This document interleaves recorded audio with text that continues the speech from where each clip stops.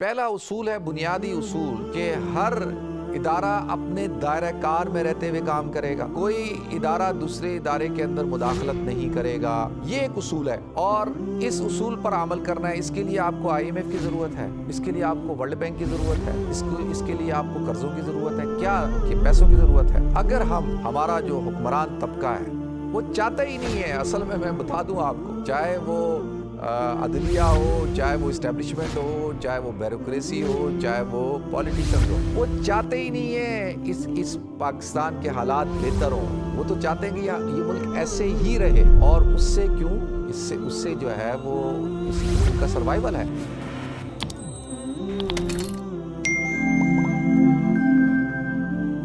محترم ناظرین کرام، بزرگان دین اور میری عزیز ماؤں، بہنوں، بھائیوں، السلام علیکم ورحمۃ اللہ وبرکاتہ۔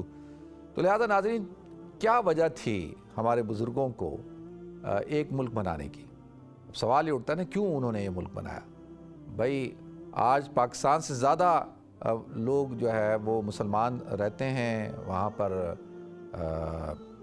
ہندوستان کے اندر، تو کیوں، کیا وجہ تھی؟ دیکھیں، آج کچھ سالوں سے جب سے یہ حکومت آئی ہے ہندوستان کے اندر مودی کی، اور جو ظلم اور زیادتیاں کشمیر کے مسلمانوں کے ساتھ اور خاص طور پر اور عام طور پر پورے ہندوستان کے مسلمانوں کے ساتھ جو سلوک ہو رہا ہے، تو اس نے یہ بات ثابت کر دی کہ اس وقت میں ہمارے جو اکابرین تھے، ہمارے جو بزرگ تھے، انہوں نے صحیح فیصلہ کیا تھا دو قومی نظریے کی بنیاد پر۔ دیکھیں، ہر طرف کیا نعرہ بلند ہوتا تھا؟ لا الہ الا اللہ۔ پاکستان کا مطلب کیا؟ لا الہ الا اللہ۔ تیرا میرا رشتہ کیا؟ لا الہ الا اللہ۔ یہ لا الہ الا اللہ کی بنیاد پر جو ملک بنا ہو اور جس نظریے کی بنیاد پہ بنا ہو، تو اس کا مطلب ہے کہ یہ ملک ایک نظریاتی ملک تھا۔ اس کی جو اساس ہے، جو بنیاد ہے، وہ لا الہ الا اللہ محمد الرسول اللہ ہے۔ وہ الگ بات ہے کہ بعد میں ایک طبقہ جس کا تعلق جو ہے نہ پاکستان بنانے سے تھا، اور جن کے آباء و اجداد پاکستان بنانے کے مخالف تھے، اور جو ایک سیکولر لبرل طبقہ تھا، اس نے پاکستان کے مقتدر اداروں پر قبضہ کر لیا، اور آج تک وہ کشمکش جاری ہے۔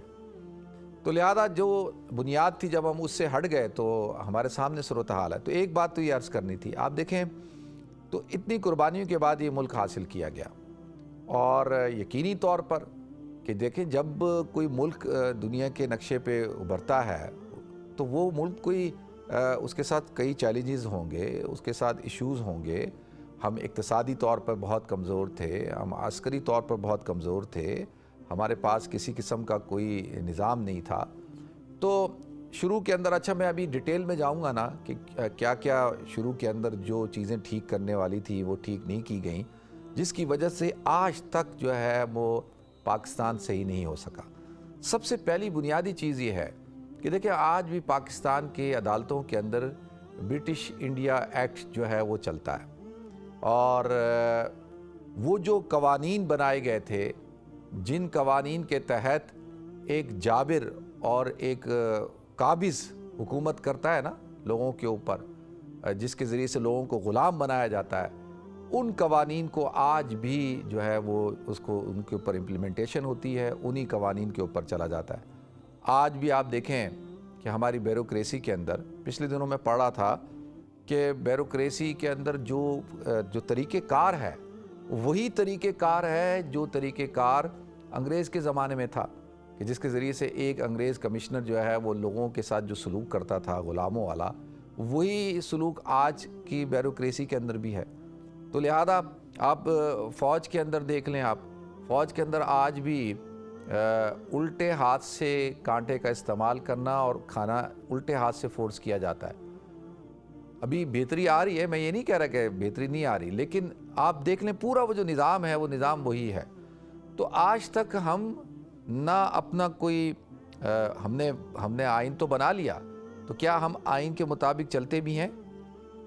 یہ جو پاکستان کا جو آئین ہے، اس کے مطابق جو ہے ہر ادارہ اس پر عمل بھی کرتا ہے یا نہیں کرتا؟ تو آپ دیکھ سکتے ہیں جو ہم نے آئین کے ساتھ جو سلوک کیا ہے، تو وہ تو آپ کے سامنے ہے جب کسی کا بس چلا، زور چلا، طاقت کے زور پہ اس نے آ کے آئین کو معطل کر دیا، اور جو ہے وہ ہمارے ملک میں تو آئین معطل ہی رہا ہے زیادہ تر. تو لہذا قرارداد مقاصد کے ساتھ ہم نے کیا کیا؟ تو بہت ساری چیزیں جو ہم ٹھیک کر سکتے تھے، جن کے لیے آپ کو پیسوں کی ضرورت نہیں تھی، ان سب چیزوں کے لیے تو قانون بنانا اور قانون کے اوپر عمل درآمد کرنا اور کروانا، اس کے لیے تو کوئی پیسے کی ضرورت نہیں ہوتی. تو بہت ساری چیزیں تھیں جو ہم بنیادی طور پہ ٹھیک کر سکتے تھے، لیکن ہم ٹھیک نہیں کر سکے. اس کا نتیجہ یہ نکلا ناظرین کہ آج کا، میں آپ کو بتاؤں، میں بہت آپٹیمسٹک آدمی ہوں، ہمیشہ مثبت سوچتا ہوں اور پازیٹیوٹی کے ساتھ زندگی گزارتا ہوں. لوگوں کو بھی جو ہے وہ ہمیشہ نا امیدی سے نکالتا ہوں، اور میرے نزدیک مایوسی بہت بڑا گناہ ہے. لیکن میں آپ سے گزارش کروں، میں جھوٹ نہیں بولوں گا، میں اس دفعہ جب پاکستان گیا، اور یہ جو عید الاضحیٰ کے دنوں میں جب میں پاکستان میں رہا، تو میں نے لوگوں کو جو دیکھا ہے مایوسی کے دلدل میں گرتے ہوئے، اور میں خود بھی سم ٹائم یعنی مایوس ہو جاتا تھا. کہتا تھا یہ اس ملک کا کچھ نہیں ہونے والا. جس ملک کے اندر آپ دیکھیں اس کا پڑھا لکھا طبقہ ہو، چاہے ان پڑھ طبقہ ہو، نوجوان طبقہ، وہ اس ملک میں رہنا نہیں چاہتا اور نکلنا چاہتا ہے کسی نہ کسی طریقے سے.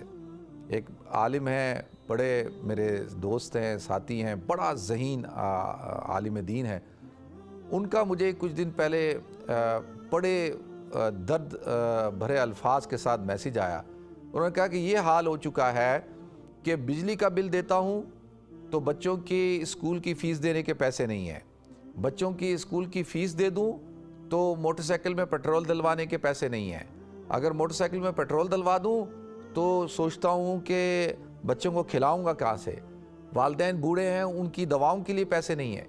مجھے اس نے کہا کہ خدا را میرے لیے کچھ کرو، مجھے اس ملک سے نکال دو، کسی یورپ کے کسی ملک کے اندر جو ہے میری جاب لگوا دو، مجھے یہاں سے نکالو.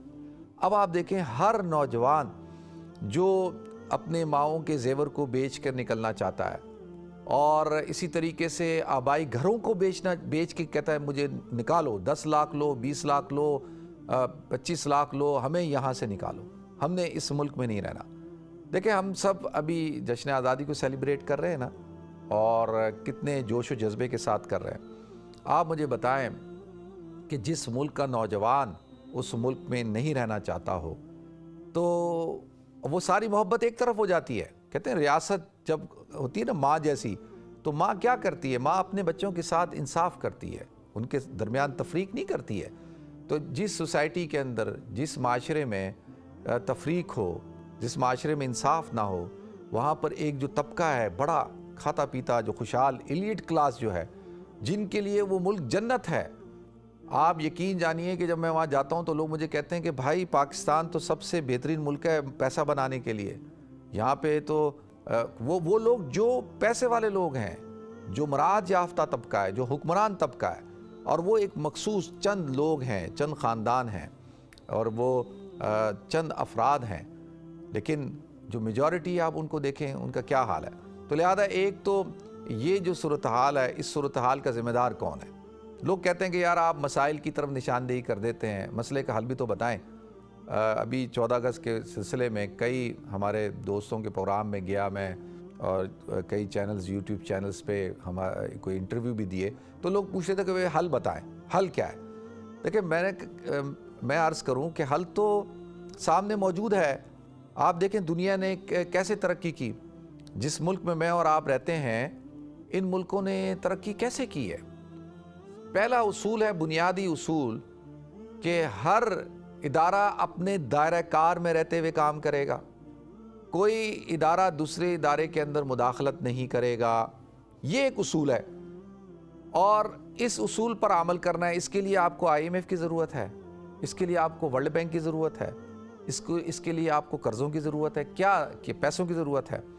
اگر ہمارا جو حکمران طبقہ ہے وہ چاہتا ہی نہیں ہے، اصل میں بتا دوں آپ کو، چاہے وہ عدلیہ ہو، چاہے وہ اسٹیبلشمنٹ ہو، چاہے وہ بیوروکریسی ہو، چاہے وہ پولیٹیشنز ہو، وہ چاہتے ہی نہیں ہیں اس پاکستان کے حالات بہتر ہوں. وہ تو چاہتے ہیں کہ یہ ملک ایسے ہی رہے، اور اس سے کیوں، اس سے جو ہے وہ ان کا سروائیول ہے۔ تو ہر ادارے نے اپنے دائرہ کار میں رہتے ہوئے کام کرنا ہے۔ بھئی یہ ایک بنیادی اصول ہے۔ پہلا اصول تو یہ ہے کہ عدلیہ کا کوئی کام نہ ہو کہ وہ مداخلت کرے، نظریہ ضرورت کے تحت فیصلے کرے۔ فوجیوں کو کیا ضرورت پڑی ہے کہ بھئی وہ آئے دن اس کو بٹھائیں، اس کو کھڑا کریں، اس کو بٹھائیں، اس کو کھڑا کریں؟ یہ تو بات مناسب نہیں ہے نا۔ تو وہ اپنے جو کام ہے اپنے ڈومین میں رہتے ہوئے کام کریں۔ بیوروکریسی کا اپنا کام ہے۔ قائد اعظم کی رحمۃ اللہ علیہ کی ایک تقریر میں سن رہا تھا، جس پہ انہوں نے دو تقریریں ہیں ان کی، اور ایک تو 11 اگست کی بڑی مشہور تقریر ہے، اس کے علاوہ ان کے کئی خطوط ہیں، تقریریں ہیں۔ ایک تقریر وہ شروع کرتے ہیں نا، جب پاکستان بنا ہے تو پہلی تقریر میں وہ کہتے ہیں کہ ہم نے پاکستان بنانے کے لیے لاکھوں لوگوں نے قربانی دی ہے، اپنی جانوں کی، اپنے مال کی۔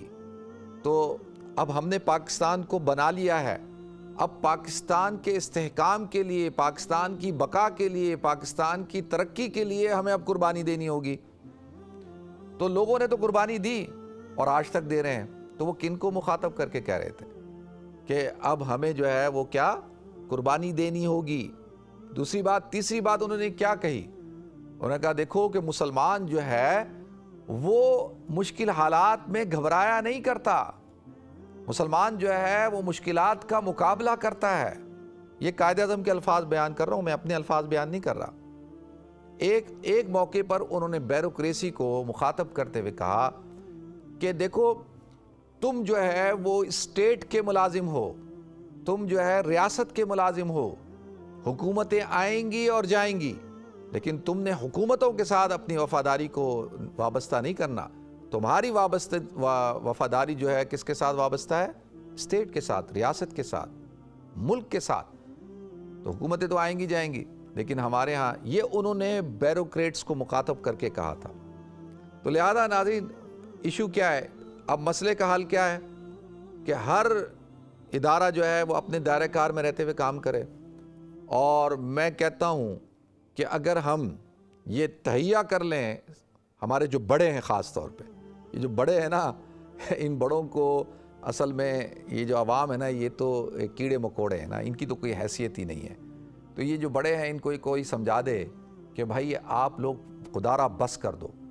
میں آپ کو بتاؤں کہ ابھی ایک واقعہ پیش آیا، تو میں نے اپنے پیج پہ کل رات کو ایک چھوٹا سا ایک کالم لکھ کر، اور اس میں ایک باپ تھا، اس کی بیوی کا انتقال ہو گیا، بیچاری بیمار ہو گئی، وہ اس کا علاج ہی افورڈ نہیں کر سکا، تو اس کی 2 بیٹیاں تھیں، اس نے اپنی دونوں بیٹیوں کو قتل کر دیا اور خودکشی کی، اور 2 لیٹر لکھے۔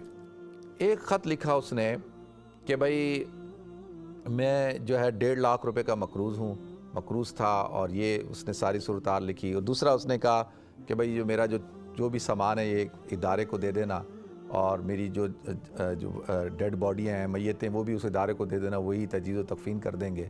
اور وہ جو لکھ رہا تھا اس وقت شاید اس کے ہاتھ میں یا خون تھا، اور وہ جو خط ہے اس کے اوپر جو ہے وہ خون کے نشانات تھے۔ تو وہ میں نے ڈالا تو فیس بک والوں نے جو ہے کہ جی یہ ہمارے جو سیکیورٹی جو اسٹینڈرڈز ہیں اس کو مینٹین نہیں رکھتا، تو آپ اس کو ہم نے ریموو کر دیا، بینڈ اس کو انہوں نے اس میں یعنی تھوڑی دیر بعد ہی اس کو ہٹا دیا وہاں سے۔ تو میں جب وہ کل ہم جب 14 اگست بنا رہے تھے نا، تو میں وہ 2 خط پڑھ کے میں حیران ہو گیا۔ میں نے کہا کہ یہ اس ملک کا حال ہے کہ جہاں پہ لوگ یعنی اپنے بچوں کو قتل کر رہے ہیں، اس کے بعد خودکشیاں کر رہے ہیں، لیکن کسی کو کوئی فرق نہیں پڑتا۔ اس وقت جو صورتحال ہے پورے ملک کی، ہر طرف سیلاب ہے، بربادی ہے، لوگوں کے گھر بہہ گئے ہیں، جانور ختم ہو گئے ہیں، کسی کو کوئی فرق نہیں پڑتا۔ تو لہذا ایک ہی حل ہے، وہ حل یہ ہے، دیکھیں بنیادی طور پہ ایک حل ہے، وہ یہ کہ ہر ادارہ اپنے دائرہ کار میں رہتے ہوئے کام کرے اور کسی دوسرے ادارے کے اندر مداخلت نہ کرے۔ پہلی بات، جب تک ہم یہ نہیں کریں گے، اور جو بھی حکومت بن جائے اس کو 5 سال مکمل کرنے دیے جائیں، کسی کی بھی حکومت بنے، جو بھی ووٹ لے کر آتا ہے نا، کوئی بھی ووٹ لے کر آ جائے، فری اینڈ فیئر الیکشن کروائے جائیں، جو بھی ووٹ لے کر آتا ہے اس کو حکومت کرنے کی اجازت ہو، 5 سال تک وہ کھل کر حکومت کرے۔ 5 سال کے بعد وہ عوام میں چلا جائے اور جا کر عوام سے فیصلہ لے لے کہ عوام اس کو پسند کرتے ہیں یا نہیں کرتے۔ دیکھیں ایک پروگرام میں ایک صاحب کہنے لگے کہ بھائی وہ بڑی اچھی اچھی باتیں کر رہے تھے کہ پاکستان کے پاس پہاڑ ہیں، پاکستان کے پاس گلیشیئر ہیں، پاکستان کے پاس ریگستان ہے، پاکستان کے پاس یہ ہے، پاکستان کے پاس وہ ہے۔ تو میں کہا بھائی سب کچھ ہے تو پھر یہ حال کیوں ہے؟ آج اگر برٹش ہائی کمیشن اسلام آباد کا نہ کہے کہ جی ہم ویزا دے رہے ہیں، امریکن ایمبیسی وہ کھول دے، تو سارا نوجوان سب نکل کے جو ہے نا وہ باہر نکل آئیں، تو پھر ایسے پہاڑوں گلیشیئر کو کیا کرنا؟ لیکن جو ملک نیوکلیر پاور بن سکتا ہے تو کیا وہ معاشی پاور نہیں بن سکتا؟ وہ بن سکتا ہے۔ اللہ تعالی ہم سب کو عمل کرنے کی توفیق عطا فرمائے۔